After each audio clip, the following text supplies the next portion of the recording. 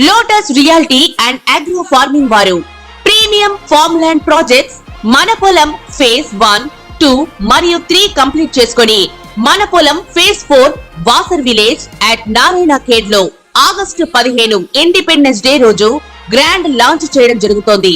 Launching మరియు independence day సందర్భంగా 5 guntas land out rate లో బుక్ చేసుకున్న వారికి 1,50,000 రూపాయల డిస్కౌంట్ తో పాటు 2 గ్రాముల గోల్డ్ ఫ్రీగా ఇస్తున్నారు. పూర్తి వివరాలకు సంప్రదించండి.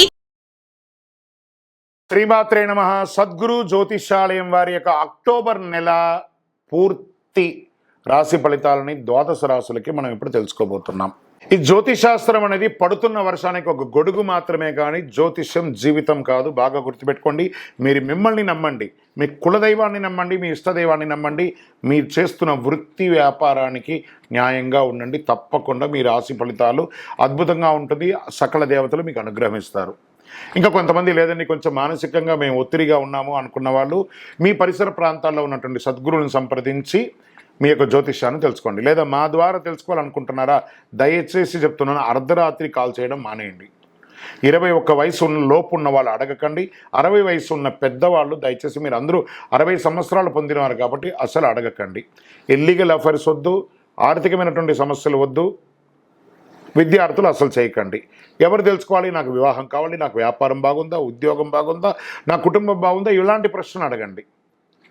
ఈ నెల అక్టోబర్ నెలలో ఎలా ఉందో ఒక్కొక్కటిగా మనం చూసుకుంటూ వెళ్తాం. జ్యోతిషాస్త్రరీత్యా ద్వాదశ రాశుల్లో 12వ రాశి, ఆఖరి రాశి అయినటువంటి మీనరాశి మిత్రులారా, మీరు పూర్వాభాద్ర 4వ పాదం, ఉత్తరాభాద్ర 1, 2, 3, 4 పాదములు, రేవతి నక్షత్రం యొక్క 1, 2, 3, 4 పాదాలకు జన్మించిన మీరు మీనరాశి వారిగా పరిగణించబడుతున్నారు. ఈ నెల మీకు శుభాశుభ ఫలితాలు ఎలా ఉన్నాయంటే, ముందుగా ఫస్ట్ మీకు దసరా శుభాకాంక్షలు, దీపావళి శుభాకాంక్షలు. ప్రేమైనటువంటి మీనరాశి మిత్రులారా, మీకు అనుకూలాలు ఎక్కువ ఉన్నాయని చెప్పచ్చు. ఈ నెల అనుకున్న పనులు అనుకున్నట్టుగా జరుగుతాయి. ప్రభుత్వ వ్యవహారాలు శుభప్రదంగా ఉంటుంది. మీరు కోల్పోయినటువంటి ఏవేవైతే కోల్పోయినారో, ఎలాగో 7.5 శని మీకు నడుస్తుంది, కొన్ని కోల్పోయినట్టు ఉంటారు కదా, వాటన్నిటికీ ఉపశమనం అని చెప్పచ్చు. మళ్ళీ మీరు పొందే అవకాశాలు ఉన్నాయి. గౌరవ మర్యాదలు కూడా పొందుతారు. కుటుంబం సంతోషకరమైనటువంటి ఆహ్లాదకరమైనటువంటి వాతావరణంలో ఉంటుంది. ధన ప్రవాహం పెరుగుతుంది. వ్యాపారం చేస్తున్నటువంటి వారికి మీ డెట్స్ అంతా క్లియర్ అయ్యే అవకాశాలు బాగా కనబడుతున్నాయి.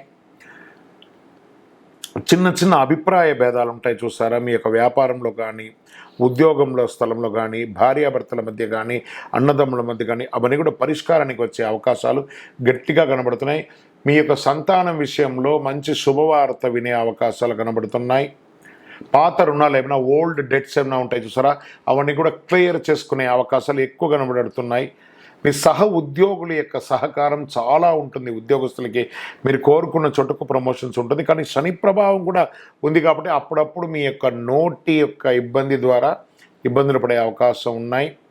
ప్రభుత్వం నుంచి రుణం తీసుకోవాలి, బ్యాంక్, చిట్ ఫండ్స్, ఇవన్నీ కూడా కాస్త దస్తావేజుల మీద సంతకం పెట్టేటప్పుడు జాగ్రత్తగా తీసుకోండి. మీకు అవన్నీ రాబోతున్నాయి, కానీ దస్తావేజులు సంతకం పెట్టేటప్పుడు జాగ్రత్తగా ఉండండి. మీ ప్రయత్నాలు మీరు ప్రయత్నం చేయండి, భగవంతుడు మీకు అనుగ్రహం ఇస్తాడు. మీ తోటి వ్యాపారం నుండి పోటీని మాత్రం పొందక తప్పదు ఉంటుంది. భాగస్వామి పక్షం, పార్ట్నర్షిప్లో కాస్త గొడవలు వస్తున్నాయి, జాగ్రత్తగా ఉండండి. ఉద్యోగం చేస్తున్నటువంటి స్త్రీలకు కూడా ఇది ఒక మంచి కాలం అని కూడా చెప్పచ్చు. ఇతరులు మాట్లాడేటప్పుడుగా ఓపికగా ఉండండి. స్త్రీ పురుషులు ఎవరైనా కూడా వాళ్ళ మాట విని మీ యొక్క ప్రజెంటేషన్ ఇవ్వండి. మీరు ఒక స్పాన్సర్గా ఉండాలి కానీ మీరు బెగ్గర్గా ఉండకూడదు. కాబట్టి ఆ రకంగా 10 మందికి సహాయం చేసే స్థితిలో భగవంతుడు మీకు ఉంచాలని మనస్ఫూర్తిగా ప్రార్థన చేసుకోండి. ఇతరుల కోరికలు తీర్చడానికి కోసమే ఉన్న మీనరాశి మిత్రులారా, కాస్త మీరు అలంకార ప్రియులు కాబట్టి ఆహ్లాదకరమైనటువంటి వాతావరణం ఎప్పుడు కోరుకుంటూ ఉంటారు. మీకు మంచి మంచి అవకాశాలు కూడా వస్తుంటాయి. గృహోపీకరణ వస్తువులు కూడా కొనే అవకాశాలు ఉన్నాయి. విద్యార్థులకి ఇది ఒక మంచి సమయం అని కూడా చెప్పవచ్చు. అదృష్ట రోజులు ఈ అక్టోబర్ నెలలో 1, 8, 11, 14, 17 చంద్రాష్టమం. ఈ యొక్క అక్టోబర్ ఉదయం 4 గంటల నుంచి ఎలా ఉంటుంది అని అంటే, 4వ తారీఖున నుండి 5, 6 వరకు ఉంటుంది ఆ చంద్రాష్టమి. 2.5 రోజులు చాలా జాగ్రత్తగా ఉండవలసినటువంటి సమయం.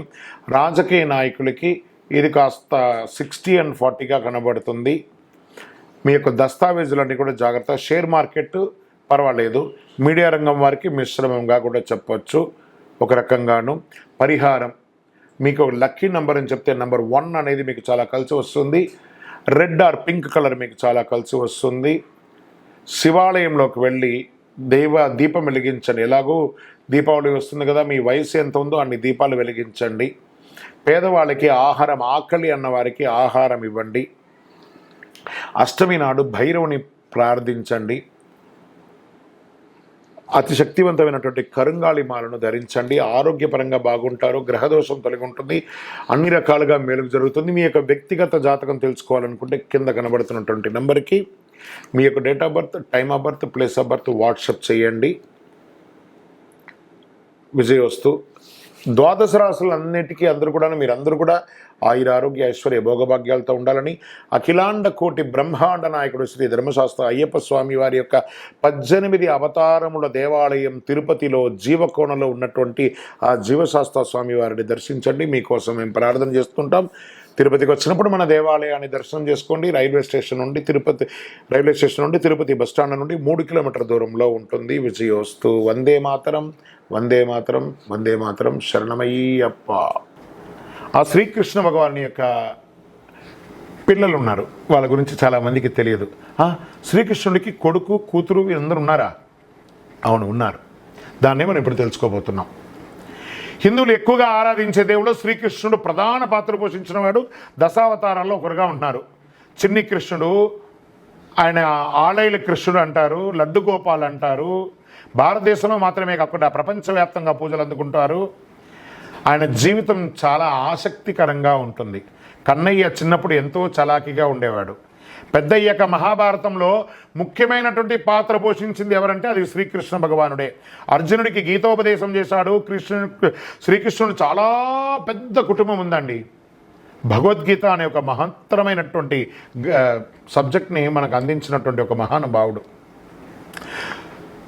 ఈ కుటుంబం ఎంత పెద్దది అంటే జగమంత కుటుంబం నాది అంటారు చూస్తారా, అలాంటి జగమంత కుటుంబం ఆయనది. కానీ ఆయనకంటూ ఒక వ్యక్తిగతమైనటువంటి ఒక కుటుంబం కూడా ఉంది. శ్రీకృష్ణుడు రుక్మిణి, సత్యభామ, జాంబవతి, కాళింద, మిత్రవింద, నాగ్నజితి, భద్ర, లక్ష్మణ అని 8 మందిని వివాహం చేసుకున్నారు వారు.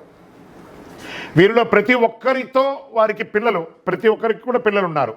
శ్రీకృష్ణ భగవానికి కొడుకులు, కూతుర్లు కూడా ఉన్నారు. వారు ఎవరు అంటే వీళ్ళందరూ కూడా హిందూ పురాణాల్లో చాలా ముఖ్యమైనటువంటి పాత్ర పోషించిన వారే అని మనం తెలుసుకోవాలి. ముందు వారి కుమారులు ఎవరెవరని తెలుసుకుందాం. ప్రద్యుమ్నుడు. ఈ ప్రద్యుమ్నుడు శ్రీకృష్ణుడు రుక్మిణీదేవికి కలిగిన సంతానం. అతడు చాలా ధైర్యవంతుడు, తెలివైనవాడు. ప్రద్యుమ్నుడు రాక్షసుడు సంబాసురుని అపహరించాడు, కానీ శ్రీకృష్ణుడు అతన్ని కాపాడుతాడు. ఆ తర్వాత ప్రద్యుమ్నుడు సంబాసురుని సంహరిస్తాడు. ప్రద్యుమ్నుడు కామదేవుని యొక్క అవతారం అని కూడా చెబుతారు. అతడు విల్లు చాలా బాగా వాడతారు. యుద్ధ విద్యలో కూడా ప్రావీణ్యం సాధిస్తారు. ప్రద్యుమ్నుడు పాండవుల కొడుకులకు అభిమన్యుడికి యుద్ధం చేయడం ఎలాగో నేర్పించిన వాడు. ఎడిటర్స్ ఇక్కడ గుర్తుపెట్టుకోండి. ఒక్కొక్క సబ్జెక్టుగా షార్ట్గా వేసుకోవచ్చు, లేదా కంటిన్యూగా కూడా పెట్టుకోవచ్చు ఈ యొక్క సబ్జెక్ట్ని. ఎందుకంటే శ్రీకృష్ణుని యొక్క కుమారుని పేరు అని కూడా పెట్టి దాన్ని మీరు ఇంకా తమ్లైన్ ఎలా పెట్టుకుంటారో అలా చేసుకోవచ్చు. తర్వాత శ్రీకృష్ణుని యొక్క ఇంకొక కుమారుని యొక్క పేరు కృతవర్మ. కృతవర్మ యాదవ యోధుడు, సైన్యాధ్యక్షుడు. ఈయన కృష్ణుని సమకాలికుడు అని కూడా చెప్తాడు. కృతవర్మ శ్రీకృష్ణునికి మన బయలాజికల్ సన్ కాదు, ఆత్మబంధువుగా ఉన్నటువంటి, కానీ శ్రీకృష్ణుడు అతని కొడుకులాగే చూసుకుంటుంటాడు. కృతవర్మ మహాభారత యుద్ధంలో పాండవులకు సహాయం చేస్తాడు. అతడు చాలా ధర్మం గలవాడు, చాలా ధైర్యవంతుడు. శ్రీకృష్ణుని యొక్క ఇంకొక కుమారుని యొక్క పేరు సాంబడు. శ్రీకృష్ణునికి జాంబవతికి పుట్టిన మొదటి పుత్రుడు సాంబడు. అతను చాలా అల్లరి చేసేవాడు. తన తండ్రి వంశాన్ని నాశనం చేసేలా పనులన్నీ చేసేస్తుంటాడు. అందుకే అతని గురించి బాగా ఎవరు చెప్పిన చరిత్ర ఏం పెద్దగా లేదు. సాంబుడు చేసిన తప్పుల వల్ల మహర్షి దుర్వాసుడు శపిస్తారు. దాంతో యాదవ వంశం అప్పట్లో ఇబ్బంది అయ్యిందని కూడా వినేవారు. ఇక శ్రీకృష్ణుడికి మనవడు, కొడుకులు అయ్యారు కదా, ఇప్పుడు మనవడు అనిరుద్ధ పేరు. శ్రీకృష్ణునికి మనవడా? ఇవన్నీ ఎక్కడ కొత్తగా ఉంది కదా. ఎస్, శ్రీకృష్ణుని యొక్క మనవడు అనిరుద్ధ. అనిరుద్ధుడు శ్రీకృష్ణుని యొక్క మనవడు అవుతాడు. అతని తండ్రి ప్రద్యుమ్నుడు, తల్లి రుక్మావతి. అనిరుద్ధుడు చాలా ధైర్యవంతుడు, చాలా తెలివైనవాడు. అనిరుద్ధుడు రాక్షసుల రాజైన బాణాసురుని కూతుర్ని యొక్క ప్రేమిస్తాడు. ఎంత అద్భుతంగా ఉంది చూసారా. తర్వాత ఇప్పుడు శ్రీకృష్ణుడికి కూతుర్లు. శ్రీకృష్ణుడికి కూతుర్లు ఉన్నారా? వాళ్ళెవరు? వారి పేర్లు మనం తెలుసుకుంటాం. ప్రజలు శ్రీకృష్ణుని కుమార్తెలు చరిత్ర పౌరాణిక గాథల గురించి పెద్దగా ఎవరికి తెలియకపోవచ్చు కూడా. కానీ కన్నయ్య జీవితంలో కీలక పాత్ర పోషించారు వారిలో అత్యంత ముఖ్యమైన ముగ్గురి గురించి తెలుసుకుందాం. వారెవరు? మొదటి కూతురు అని చెప్పుకొచ్చే సుశీల. శ్రీకృష్ణుడు రుక్మిణి దంపతులకు సుశీల జన్మించారు.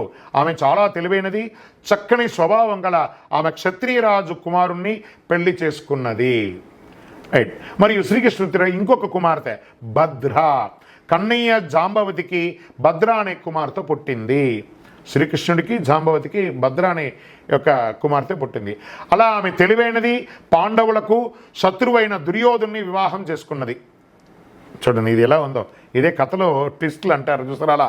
తర్వాత స్వామివారికి శ్రీకృష్ణుడికి ఇంకొక కూతురు చారుమతి. ఈ చారుమతి శ్రీకృష్ణుడు సత్యభామ దంపతులకు పుట్టింది. ఆమె చాలా అందంగా ఉంటుంది. కృతవర్మ కుమారుని ఆమె పెళ్లి చేసుకున్నది. ఇవన్నీ కూడాను శ్రీకృష్ణు యొక్క జన్మ వృత్తాంతంగా తెలియడం జరుగుతుంది. ఇది అందరూ కూడా దాచిపెట్టుకోండి, వింటూ ఉండండి. మీ పిల్లలకి నెక్స్ట్ జనరేషన్కి ఇవ్వండి, తెలియజేయండి. మీరు అందరూ కూడా క్షేమంగా ఉండాలని అఖిలాండ కోటి బ్రహ్మాండ నాయకుడు శ్రీ ధర్మశాస్త్ర అయ్యప్ప స్వామి వారి యొక్క 18 అవతారాల దేవాలయం జీవకోణ తిరుపతిలో మీకోసం ప్రార్థన చేస్తుంటాం. మీరు కూడా ఒక్కసారి తిరుపతి దర్శనానికి రండి. విజయోస్తు.